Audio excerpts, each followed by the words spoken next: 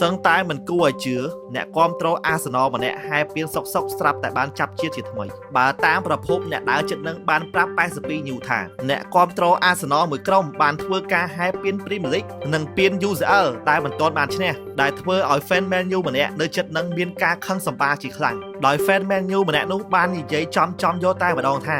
ពួកអាឈួត UCL តតថ្ងៃ30សោះហើយហែពៀនក្បែរស្អីអ្នកគ្រប់គ្រងអាសនលក៏បានឌឺដងទៅវិញថាថ្ងៃ30មិនឈ្នះហើយអញហែពៀនទៅហើយបន្ទាប់ពីបានលើដូច្នេះអ្នកគ្រប់គ្រង Man U មានការខឹងសម្បាជាខ្លាំងក៏បានហក់ទៅធ្វើឃាតយ៉ាងព្រៃផ្សាយជាទីបំផុតនៅពេលនេះអ្នកគ្រប់គ្រង Man U ម្នាក់នោះក៏បានជាប់គុករីឯសពអ្នកគ្រប់គ្រងអាសនលក៏បានយកទៅធ្វើបុណ្យតាមប្រពៃណី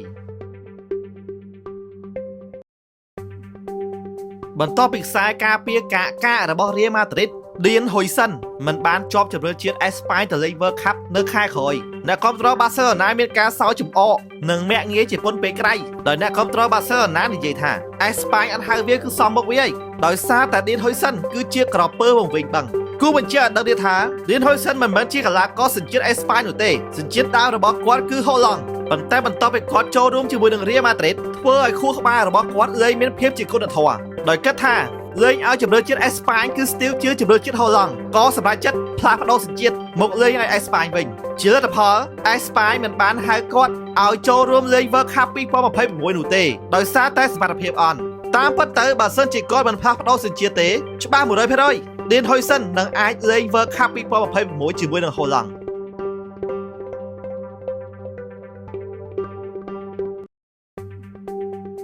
ក្លឹបបាល់ទាត់ FC បាសេឡូក្រទើបតែបានទិញខ្សែប្រយុទ្ធស្លាបឆ្វេងសញ្ជាតិអង់គ្លេសវ័យ25ឆ្នាំពី Newcastle គ្រាន់តែទិញវាភ្លាមផ្ទុះការវែកញើជាច្រើនពាក់ព័ន្ធទៅនឹងកីឡាកររូបនេះអ្នកគ្រប់គ្រងក្រីក្រមានការអន់ចិត្តជាខ្លាំងនិងចោទសំណួរទៅកាន់លាប៉ូតាថាហេតុអីទិញវា80លានតែបែរជាមិនហ៊ានទិញ Rashford 30លានទាំងដែលតម្រង់លេងវាគ្មានលើ Rashford ទេចង់អន់ជាង Rashford ទៀតអ្នកមើល Newcastle លេងតែមិនចូលតាមគ្នាប្រហែលជាដឹងហើយស្របពេលដែលទិញកីឡាកររូបនេះដែរអ្នកគ្រប់គ្រង Barcelona មានការឆ្ងល់ជាខ្លាំងថាហេតុអ្វីបានជាក្លឹបមិនព្យាយាមទិញខ្សែប្រយុទ្ធប្រអប់ចំនួន Lewandowski ឬក៏ទិញខ្សែការពារបន្ថែមពីព្រោះថា Barcelona គឺមានការខ្សោយមែនទែនចំពោះតំបន់ខ្សែការពារបើតាមប្រភពអ្នកលក់ថ្នាំនៅជិត Start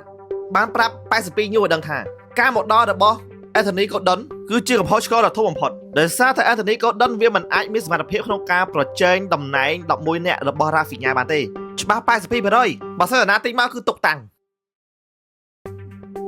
ផ្ទុះការវែកញែជាច្រើនពាក់ព័ន្ធជាមួយនឹងនារីម្នាក់បានបង្ហោះវីដេអូជាមួយនឹងសម្លេងថាហុយ